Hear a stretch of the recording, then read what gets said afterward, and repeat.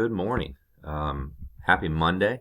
Hope everyone had a good weekend and enjoyed the May snow shower on Saturday and had a wonderful time celebrating your mothers yesterday. So I just wanted to chat with you this morning and make this video just to kind of show some of the activities that you'll be working on this week, specifically in ELA. So let's get started here. You'll see down here the weekly folder. We're going to go into that and select ELA activities. I'm going to start here with the menu. I'll highlight one of these options that you'll see on the menu this week. So here on the menu, let's scroll down, and I want to focus, and this video is primarily about this box right here, this wetland project box. We've talked about it in Zoom meetings.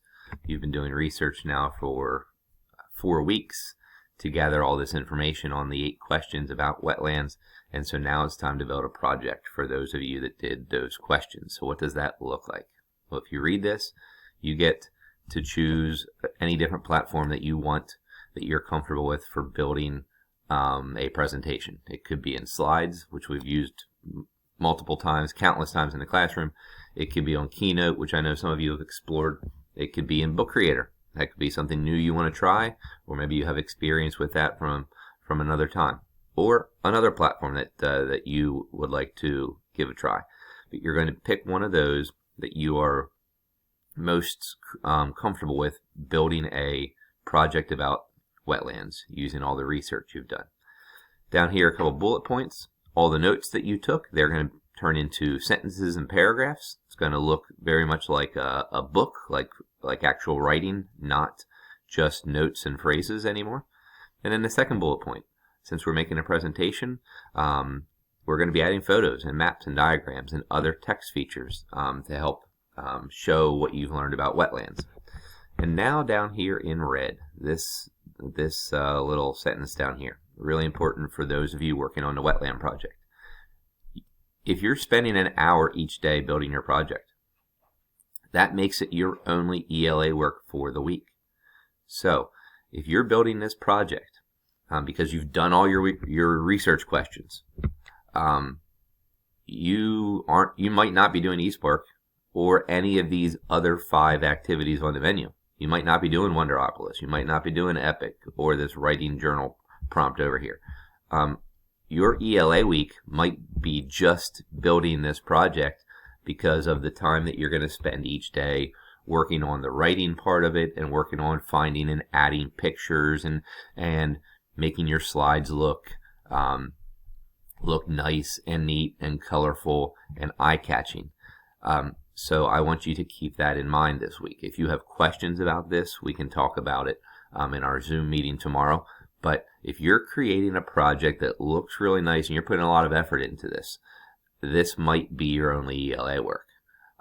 So something to keep in mind. If you didn't do the wetland research in previous weeks, that's absolutely fine. Your week is just going to look very similar to the others. You have your eSpark Everyday expectation, and you have 5 other activities: Wonderopolis, journal prompt, Epic discovery reading, and some 2 Flipgrids down here at the bottom with some book reviews and some reading that you're going to do. So that's how your ELA week might look. Now, more about this wetland project. I'm going to go back here to ELA activities, and you're going to see a wetland project folder. You've seen this previous weeks, except this week when I go in here, we don't have the research questions anymore because those are finished up. Those are done. So I'm going to click on the link here for Wetland Research Project Guide, and it's going to open up a Google Doc. I'm going to open up in the full window here. That makes it a little bit easier to see and scroll through it. And what this does,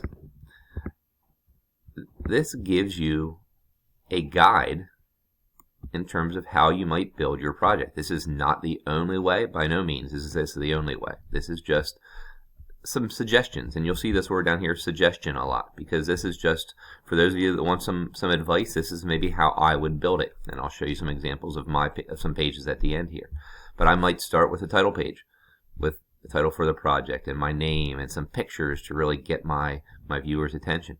And then the logical place to go in my mind is first question, which was about the key characteristics of wetlands. So the suggestion down here might be, or what you could do is answer the questions that you see up here, that you have in your notes. Use your notes to answer those questions, type them up into sentences, and then include some pictures. This is suggestion 3, one for each of the wetland types. So this is just a possible suggestion for completing page 1 of your project. Done with that, I'm just going to scroll down and look at question 2. Okay, question 2, what's the suggestion? Answer to the questions. So I'm going to go back to my research. I'm going to type up the answers that I got to the questions about producers in the wetland, and I'm going to fill it with a lot of detail and description. Then I'm going to use 2 pictures, one for each producer, since it's asking me to give 2 examples of producers, and I did that in my research. Gathered 2 examples of producers, what they needed to survive and reproduce. So I'm going to put pictures in there of them. Scrolling down further, and you'll see a common theme here. Suggestion or question 3 was all about consumers. What are the suggestions? Answer the questions again. I should have done that in my research with notes, but now I'm just going to turn it into sentences and paragraphs possibly. I'm then going to identify the 3 types of consumers. Okay, so I'm going to have pictures of the 3 types: carnivore, herbivore, omnivore, and put pictures of them and mention how they get what they need to survive. How does a carnivore get what it needs to survive compared to an herbivore or an omnivore? So that's how question 3 is going to get answered. And you'll see on down the line here suggestions for each of the questions that you did your research for. Finally, some examples. So this is a page that 3 pages that I created in Google Slides, and I just cut them out and put them in the doc here. So this is an example of what a cover page might look like. There's my title page. I just picked oceans. I didn't want to do wetlands and then be stealing anyone's ideas. So I just picked another ecosystem. So here's oceans. I picked a picture that I thought was eye-catching, put a title in there, my name down at the bottom. Kind of was thinking about nonfiction books and what I've seen authors do and how I might kind of recreate that. Here's my page 1. What is an ocean? Put a heading up here. Again, I'm thinking about a nonfiction book. What do they have? They have headings. They have pictures. Here's my description. I'm defining what an ocean is, giving characteristics and examples, giving some details about it. And then the last example slide that I created here was just, again, the second question about producers. I have a heading.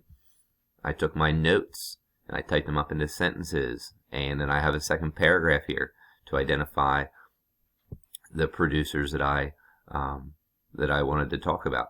I put pictures in here of the different producers that I focused on, and I added captions to go along with those photos. I shrunk that text size down a little bit to make it fit, and to make it match up here and go along with the pictures a little bit better, and kind of thinking about all these different elements of nonfiction: photos, headings, captions to help get my point across. So that's what I'm thinking, or what I have in mind for this project for you. Okay, lots of photos, lots of different color and creation, and notes getting typed up into sentences and paragraphs as you create this week. Well, we can talk more about this for those of you working on this project. We'll talk more about this at our Zoom meeting on Tuesday.